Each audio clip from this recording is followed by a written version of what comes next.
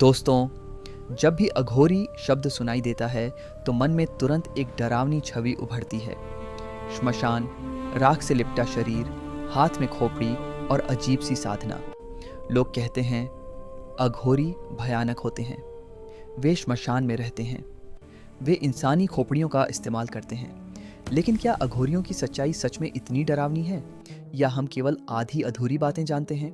आज की कहानी में हम जानेंगे आखिर अघोरी कौन होते हैं, वे बाकी साधुओं से अलग क्यों होते हैं और उनकी साधना का असली उद्देश्य क्या होता है। आगे बढ़ने से पहले अगर आप भी सनातन धर्म के रहस्यों को समझना चाहते हैं तो इस वीडियो को एक लाइक ज़रूर करें और कमेंट में लिखें हर हर महादेव, क्योंकि अघोर साधना का संबंध सीधे महादेव से माना जाता है। अब कहानी शुरू करते हैं। बहुत समय पहले जब लोग भगवान को मंदिरों में ढूंढते थे, कुछ साधक ऐसे भी थे जो भगवान को हर जगह देखने का प्रयास करते थे, जीवन में भी और मृत्यु में भी। इन्हीं साधकों की एक धारा बनी अघोर साधना। अघोर शब्द का अर्थ है जिसमें कोई घोरता, कोई डर, कोई भेदभाव न हो। अघोरी मानते हैं कि इस संसार में कुछ भी अशुद्ध नहीं है। हम जिसे अच्छा या बुरा मानते हैं वह सिर्फ हमारी सोच का अंतर है। इसीलिए जहाँ बाकी लोग मृत्यु से डरते हैं, अघोरी उसी श्मशान को अपनी साधना का स्थान बनाते हैं। क्यों?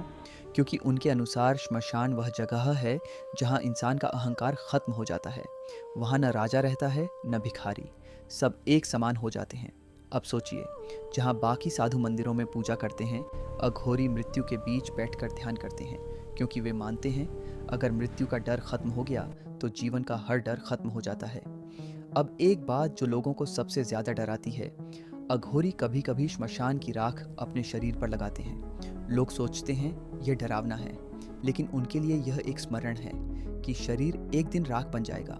जब यह समझ आ जाती है तो धन, रूप, घमंड सब महत्व खो देते हैं। अब बात करते हैं उन बातों की जिनसे लोग कांप जाते हैं। कई लोग कहते हैं अघोरी मानव खोपड़ी का उपयोग करते हैं। हाँ, कुछ साधनाओं में वे खोपड़ी को पात्र के रूप में इस्तेमाल करते हैं, लेकिन इसका उद्देश्य डर फैलाना नहीं, बल्कि यह याद दिलाना है अंत में शरीर केवल हड्डी रह जाता है। उनकी साधना का लक्ष्य जीवन और मृत्यु के बीच के डर को खत्म करना है।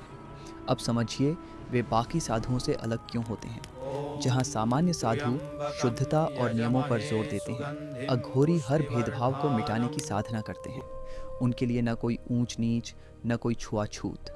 जो समाज से दूर है, जिसे लोग अशुद्ध मानते हैं, अघोरी उसी को अपनाते हैं, क्योंकि वे मानते हैं भगवान हर जगह हैं। अब एक सवाल उठता है, क्या सभी अघोरी डरावने होते हैं? नहीं।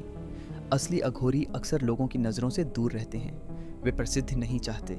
कई अघोरी गुप्त रूप से लोगों की मदद भी करते हैं। कहते हैं कई बीमार लोग अघोर साधकों के पास जाते हैं और राहत पाते हैं, लेकिन अघोरी कभी दावा नहीं करते। वे बस कहते हैं सब शिव की कृपा है।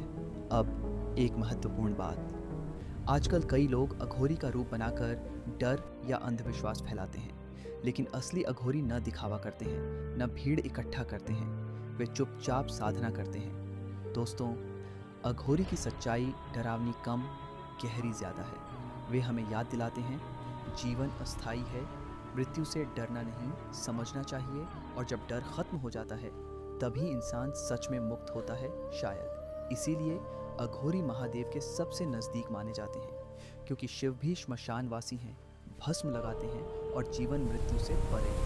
अगर यह कहानी आपकी सोच बदल गई हो तो वीडियो को लाइक करें और कमेंट में लिखें हर हर महादेव, और चैनल को सब्सक्राइब करना न भूलें, क्योंकि अगली कहानी में हम जानेंगे क्या सच में अघोरी भविष्य देख सकते हैं। हर हर महादेव।